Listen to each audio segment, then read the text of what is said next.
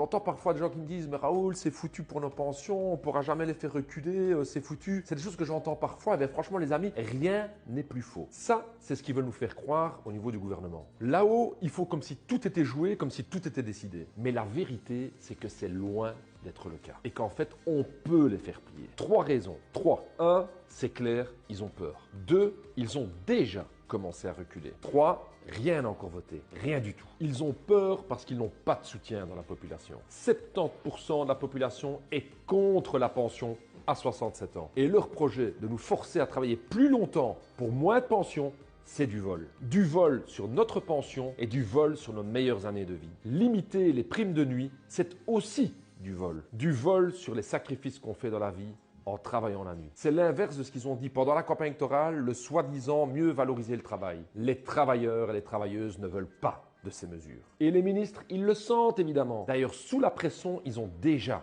commencé à lâcher du lest. Ils ont notamment déjà introduit des exceptions pour le malus pension, comme par exemple les années de chômage technique. Ce n'était pas prévu au départ, mais après des mois de mobilisation populaire, ils ont été obligés de concéder ça. Alors c'est pas suffisant bien sûr, mais c'est déjà un pas dans la bonne direction. Ça montre qu'on peut les faire reculer. Contrairement à ce qu'ils veulent nous faire croire, rien du tout n'est encore voté. Ni le malus pension, ni les attaques sur les pensions du service public, ni sur celles des primes de nuit, rien n'a encore été voté. Je répète, aucune de ces mesures n'a encore été votée. C'est cet automne que tout va se jouer, chers amis. On a donc encore toutes les chances de faire capoter leur plan. Surtout qu'évidemment, oui, il y a des alternatives. Parce qu'ils ont beau dire qu'il n'y a pas le choix, qu'il n'y a pas d'argent pour les pensions, ils ont trouvé sans problème 34 milliards pour investir dans l'armement. Plutôt que de casser nos pensions et faire payer la classe travailleuse, on peut refuser la militarisation. Arrêter de faire des cadeaux sans limite aux multinationales et enfin faire contribuer les ultra-riches. Chers amis, la manifestation syndicale du 14 octobre sera un moment clé. On pourra montrer notre unité, notre force et notre détermination